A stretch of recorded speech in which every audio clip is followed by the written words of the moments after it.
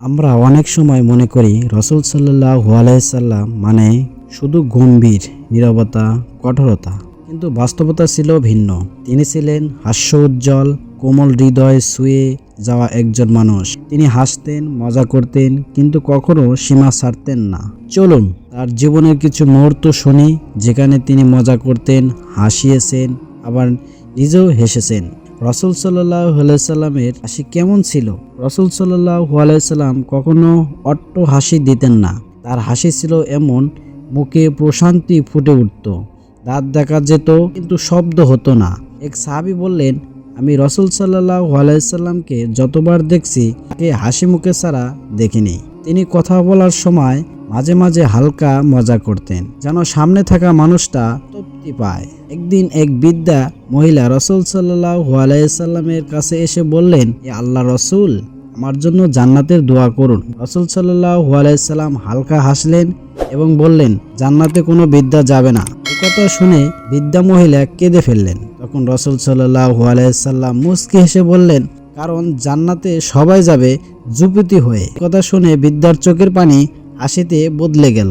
এক সাহাবী রাসূল সাল্লাল্লাহু আলাইহি সাল্লামের কাছে এসে বললেন, এ আল্লাহর রাসূল, আমাকে একটি বাহন দিন। রাসূল সাল্লাল্লাহু আলাইহি সাল্লাম বললেন, আমি তো তোমাকে উটের বাচ্চা দেব। সাহাবী অবাক হয়ে বললেন, উটের বাচ্চা দিয়ে আমি কি করব?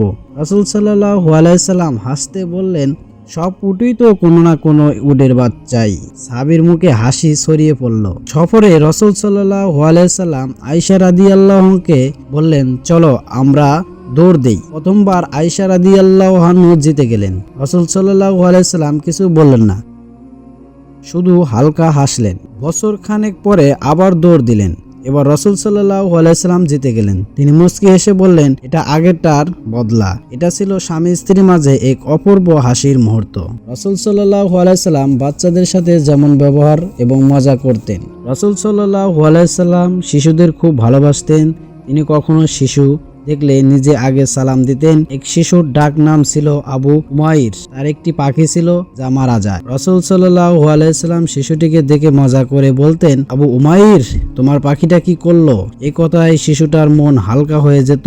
জিহ্বায় হালকা রসিকতা, কিন্তু সত্যর বাইরে না। হে আল্লাহর রাসূল, আপনি তো মজা করেন। রাসূল সাল্লাল্লাহু আলাইহি সাল্লাম বললেন, হ্যাঁ, তবে আমি মজা করলেও সত্য ছাড়া কিছু বলি না। তিনি কখনো কাউকে অপমান করে হাসাননি, কখনো কারো কষ্ট দিয়ে মজা করেননি। একদিন খাবারের সময় একজন সাহাবী খুব লজ্জা পাচ্ছিলেন। রাসূল সাল্লাল্লাহু আলাইহি সাল্লাম তাকে স্বাভাবিক করতে বললেন, তুমি এমন খাও যেন রাজা খাচ্ছে, ভয় পাওয়ার কিছু নেই। সবাই হেসে উঠল, পরিবেশ হালকা হয়ে গেল। কখনো তিনি সাহাবীদের নাম নিয়ে হালকা ঠাট্টা করতেন, কখনো কারো অভ্যাস নিয়ে মুস্কি হাসতেন, কিন্তু তার মজা কখনোই সীমা ছাড়ত না। হাসি থাকতো, সম্মান থাকতো। রাসূল সাল্লাল্লাহু আলাইহি সাল্লামের নীরব হাসি।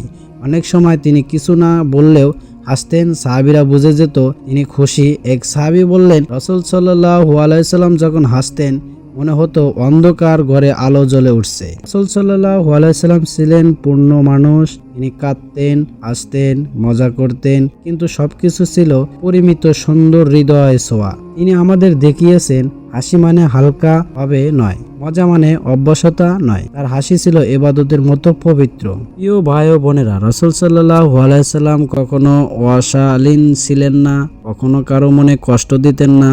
তিনি হাসতেন, মজা করতেন, কিন্তু সবসময় সত্য, শালীনতা আর ভালোবাসার ভেতরেই।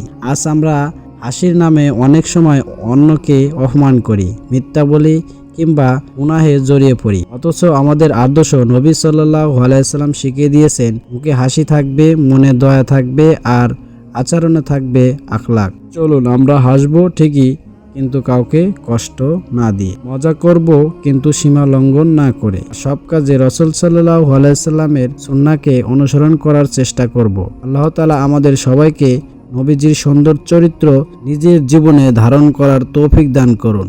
ভিডিওটা ভালো লাগলে অবশ্যই একটা সাবস্ক্রাইব করে দিবেন। ধন্যবাদ।